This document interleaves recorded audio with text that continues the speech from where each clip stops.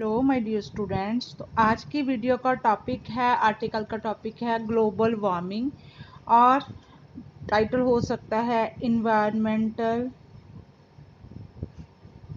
Problems, क्योंकि ये दोनों टॉपिक एक ही हैं तो इनकी सेम प्रॉब्लम है। शुरू करते हैं ट्रांसलेशन के साथ। Our environment is constantly changing. Constantly का मतलब होता है लगातार। हमारा इन्वायरमेंट है जो लगातार बिल्कुल तेज़ी से चेंज हो रहा है। देयर इज़ नो डिनाइंग, इसमें कोई भी चीज़ मना नहीं हम कर सकते। द फैक्ट, इस सच से हम मना ही नहीं कर सकते। However as our environment changes, जैसे जैसे हमारा वातावरण है वो चेंज हो रहा है, बदल हो रहा है। So does the need to become increasingly aware, तो हमें इसके लिए अवेयर होना पड़ेगा। अवेयर का मतलब होता है सुचेत होना। ऑफ द प्रॉब्लम्स, ये जो प्रॉब्लम्स बढ़ रही हैं एनवायरनमेंट के रिलेटेड, उनके लिए हमें अवेयर होना पड़ेगा। That surround it, increasingly aware of the problem that surround it, जिसने जो भी प्रॉब्लम्स है, जिसने इस वातावरण को हमारी को घेर रखा है, पूरी तरह पोल्यूशन हो चुका है with A massive Infinix of natural disaster. तो इसका जो सबसे बड़ा प्रभाव आजकल दिखने में क्या आ रहा है कि नेचुरल कुदरती जो डिजास्टर तबाहियां हो रही है, बहुत ज़्यादा बारिशें हो रही है, कहीं पे वो फ्लड्स आ रहे हैं, तो कहीं पे ग्लोबल वार्मिंग के कारण जंगलों में आग लग रही है। इस तरह से जब गर्मी पड़ती है तो बहुत ज़्यादा गर्मी पड़ती है जो बर्दाश्त से बाहर हो रही है, और अगर सर्दी पड़ती है तो वो भी बर्दाश्त से बाहर सर्दी पड़ती है। तो इस तरह से ये सारा दारोमदार जो घूम रहा है एनवायरनमेंट का, पूरी तरह से ये ग्लोबल वार्मिंग का कारण बन चुका है। वार्मिंग एंड कूलिंग पीरियड्स, तो वार्मिंग, जैसे मैंने पहले बोला कि वार्मिंग है, बहुत ज़्यादा गर्मी पड़ती है तो गर्मी ही पड़ती रहती है, एंड कूलिंग होती है तो कूलिंग पीरियड्स में कूलिंग इतनी ज़्यादा होती है कि कोई भी काम करना मुश्किल हो जाता है। Different types of weather pattern, तो जब वेदर पहले होता था नॉर्मल वेदर होता था, लेकिन अभी 10-15 सालों से क्या हो रहा है कि वेदर के मौसम के जो पैटर्न्स हैं, पूरी तरह जो वतीरा है उसका बर्ताव है वो बदल चुका है। एंड मच मोर, इससे अलावा भी बहुत ज़्यादा प्रभाव है। People need to be aware, लेकिन इसके लिए लोगों को अवेयर होना पड़ेगा। और what types of environment problems our planet is facing, कि जिस प्लैनेट के ऊपर हम रह रहे हैं, लोगों को इस बारे में सचेत होना पड़ेगा कि कौन कौन से जो ऐसे प्रॉब्लम्स है, ज़्यादा बड़ी प्रॉब्लम्स है जो एनवायरनमेंट इस तरफ फेस कर रहा है। आवर प्लैनेट, हमारा जो ग्रह है जिसके ऊपर हम रह रहे हैं, धरती, वो फेस कर रही है इस जगह पे।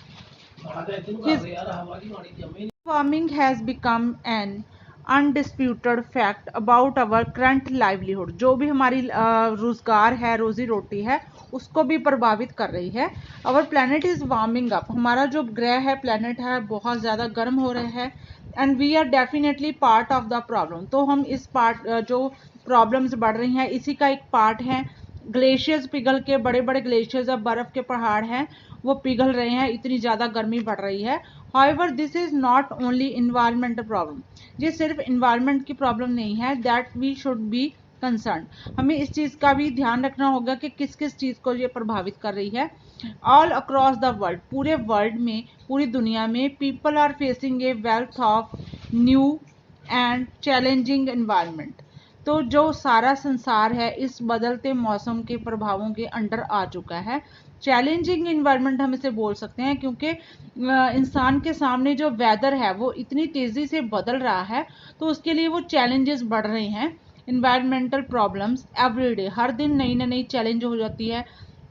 जैसे कि जंगलों में आग लग रही है, तो पहले ऐसा कॉमन नहीं होता था, लेकिन हर साल अब क्या हो रहा है कि बहुत सारे जंगल वो नष्ट हो जाते हैं, इतनी ज़्यादा वार्मिंग बढ़ जाती है, अपने आप ही जंगलों में आग लग जाती है। सम ऑफ देम आर स्मॉल, इनमें से कई प्रॉब्लम छोटी हैं, and only affect a few ecosystem, तो कुछ प्रॉब्लम तो छोटी है जिससे हमारा इकोसिस्टम प्रभावित हो रहा है, but others are drastically changing the landscape. तो बाकी की जो प्रॉब्लम है जिनकी हम बात कर रहे हैं, तो लैंडस्केप, पूरी धरती को वर्ल्ड वाइडली वो प्रभावित कर रहे हैं, और व्हाट वी ऑलरेडी नो, लेकिन इस सब के बारे में हम सब जानते हुए भी अनजान बने रहते हैं। If we don't stop the cutting of trees, अगर हमने जंगलों की कटाई, पेड़ों की कटाई ना रोकी, we cannot say we love land, हम ये कहने के भी लायक नहीं रहेंगे कि हम धरती माता को प्यार करते हैं। And then take steps to destroy it, और हम बोलते भी हैं कि हमारी धरती हमारी माता है, लेकिन एंड देन फिर भी हम टेक स्टेप्स, कदम उठाते रहते हैं टू डिस्ट्रॉय इट, इसको तबाह करने में भी कोई कसर नहीं छोड़ते। For use by future generation, क्योंकि हम इस चीज़ को डिस्ट्रॉय करके, तबाह करके क्या कर रहे हैं, हमारी आने वाली जनरेशन के लिए बहुत बड़े खतरे हैं वो हम अपने आप ही वो खड़े कर रहे हैं, बहुत बड़े खतरे हैं हमारी आने वाली पीढ़ियां उठाने वाली हैं। We are in a state of planetary emergency, तो अगर हम बात करें कि हम जो इस समय पे प्लानिटरी एमरजेंसी की कंडीशन को फेस कर रहे हैं, क्योंकि एक तरह की एमरजेंसी ही हो चुकी है, क्योंकि इंसान के बस से सब कुछ बाहर होता जा रहा है।